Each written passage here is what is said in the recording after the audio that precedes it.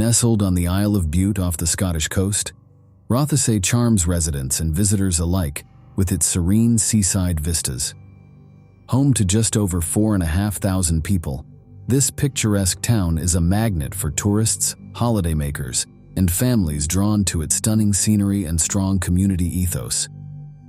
Known for its safe atmosphere where doors are often left unlocked, Rothesay has long been celebrated as a beautiful destination with a palpable sense of neighborly camaraderie. However, this tranquil haven was rocked by an unsettling incident one summer night in 2018. Alesha MacPhail entered the world on October 22, 2011, to parents Georgina and Robert. Despite their separation when Alesha was a baby, her parents prioritized her happiness above all else, showering her with love. Alesha was a bright, curious child who thrived in social settings. Described by her teacher as enthusiastic about learning and dedicated to her schoolwork, she was a beloved presence at the breakfast club, greeting everyone warmly each morning. Known for her kindness and popularity among peers, Alesha cherished her time spent with friends and family. Georgina lived in North Lanarkshire with Alesha's younger sister Courtney, while Robert resided on the Isle of Bute with his parents, where Alesha frequently visited. Her parents ensured she maintained a close bond with Robert and her grandparents, spending alternate weekends on the island. The summer of 2018 marked another cherished visit for Alesha, eager to begin her holiday amidst familiar surroundings. On the night of July 1st around 11 p.m., Toni McLaughlin, girlfriend of Alesha's father Robert, checked on Alesha and found her peacefully asleep in her bed. Satisfied, she retired for the night, leaving the front door unlocked, a common practice in this small, tight-knit community. Meanwhile, elsewhere on the island, 16-year-old Aaron Campbell was at a house party, celebrating the end of his exams with drinks and revelry. Aaron had moved to the island from England at a young age with his parents, Jeanette and Christopher, and his younger sister. He described his home life as tumultuous, often citing arguments with his mother, who he claimed had issues with alcohol, while his father's work frequently kept him away. However, others who knew the family disputed these claims, portraying both parents as kind and loving. Despite his troubled home life, Aaron presented himself as a popular and charismatic teenager. He maintained a YouTube channel where he shared glimpses of his life, including his involvement in sports and other activities. As Aaron Campbell matured, he delved deeper into drugs and alcohol, grappling with increasingly dark and extreme thoughts and impulses, including disturbing fantasies of rape. He openly contemplated the idea of taking a life for the experience it might offer. His history included episodes of self-harm and depression, and he had been enrolled in a rehabilitation program after starting fires. The party, hosted at Campbell's residence, stretched into the early hours of the morning, during which his behavior noticeably shifted. During the party, Campbell clashed with his mother, expressing suicidal thoughts and a desire to numb himself with drugs. In an attempt to procure substances, he unsuccessfully tried to reach Toni via Facebook Messenger, spurred by recent disputes over the quality of cannabis purchased from Robert MacPhail. Unable to connect with Toni, Campbell decided to walk to their home, just minutes away, armed with a kitchen knife. The following morning, Alesha's grandfather Callum, awakening for work at 6 a.m., checked on his granddaughter and discovered her bed empty. Alarmed, he alerted Robert and Toni, who promptly contacted the authorities. Toni, reviewing her phone, noticed missed calls and messages from Campbell.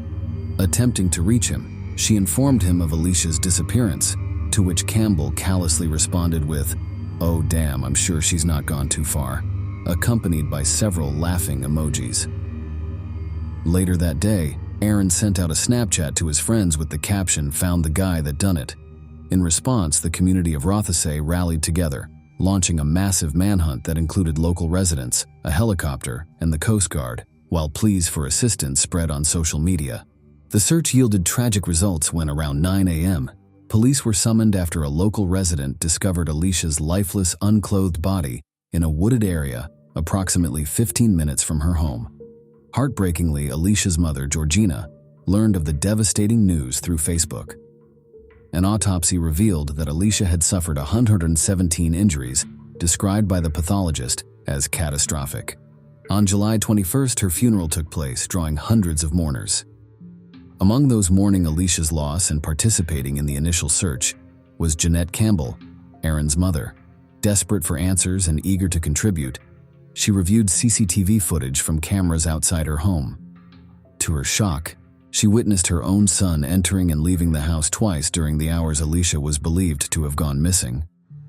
After Jeanette Campbell provided the CCTV footage to the police to clear any suspicion surrounding Aaron, he was initially brought in for questioning as a witness. During the interview, Aaron appeared calm and composed, displaying no signs of guilt or involvement. He explained to the police that he had left home that night with the intention of buying cannabis, presenting this as his reason for being out. The police investigation into Campbell's phone unveiled a chilling reality. They discovered the incriminating Snapchat he had sent, the Facebook messages exchanged with Tony, and evidence of his searches on crime scene DNA analysis. These revelations led to a conclusive match of Aaron's DNA with the DNA recovered from Alesha's body, with odds of a match exceeding 1,000,000,000 to 1. Consequently, Aaron Campbell was promptly arrested on suspicion of murder and formally charged the following day. Initially silent, Aaron Campbell later concocted a disturbing narrative. He claimed that he and Tony had been involved in an affair and had sex in a garage that evening. According to his account, Tony saved the condom and planted his DNA at the murder scene. After more interrogations, the horrors surrounding what had really happened that night to Alesha MacPhail were becoming clear. At around 2 a.m., Campbell entered the unlocked home belonging to Robert MacPhail and his parents. Initially, he claimed to steal drugs. However, he found 6-year-old Alesha asleep. He would later tell a psychologist that once he saw her, all he thought about was killing her. Referring to it as a moment of opportunity, he picked her up and left. Alesha began to wake up after a short time and asked him what was happening. He told her he was a friend of her father's and even gave her his t-shirt to keep her warm. The events that transpired are nothing short of horrific. Alesha was raped and brutally murdered. Campbell then threw her clothes into the sea and dumped her naked body in the woodlands before heading home to have a shower and clean off any evidence. Aaron Campbell returned to the murder scene shortly afterward to retrieve his phone. When it came time for him to enter his plea, he defiantly pled not guilty. The trial commenced in February 2019 with Judge Lord Matthews presiding, but Campbell's demeanor throughout would deeply unsettle the courtroom. Showing a shocking lack of remorse, he struggled to contain laughter during the presentation of evidence and later expressed satisfaction with the murder, seemingly reveling in his actions. Following consultations with a psychologist, Aaron Campbell eventually confessed to the crimes shortly before his sentencing. The trial spanned 9 days, and the jury deliberated for just 3 hours before unanimously finding him guilty on all charges. Aaron displayed no visible emotion as the jury delivered their verdict. Due to his age at the time of being found guilty, Aaron Campbell's name and images were initially withheld from publication. Media outlets contended that the public had a right to know, leading Judge Lord Matthews to make a landmark decision to lift the naming restriction, marking the first instance in Scottish criminal history. On March 21, 2019, Aaron Thomas Campbell was sentenced to 27 years in prison for the abduction, rape, and murder of Alesha MacPhail. Subsequently, his sentence was reduced by 3 years following a successful appeal. Upon delivering the sentence, Judge Lord Matthews condemned Aaron Campbell's arrogance and lack of remorse as staggering, highlighting the profound impact of the crime on the local community of the Isle of Bute. Since his imprisonment, Campbell has been estranged from his family, while law enforcement officials have expressed concerns over his potential danger to society, advocating against his release.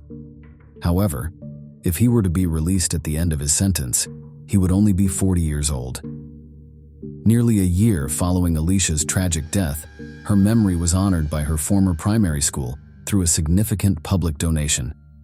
The school erected a large wooden playhouse adorned with unicorns and butterflies, inspired by Alesha's love for friends and conversation. The playhouse serves as a safe haven for children to gather, fostering friendships and camaraderie. The murder of Alesha MacPhail profoundly impacted the United Kingdom, and her loved ones are steadfast in ensuring she is never forgotten.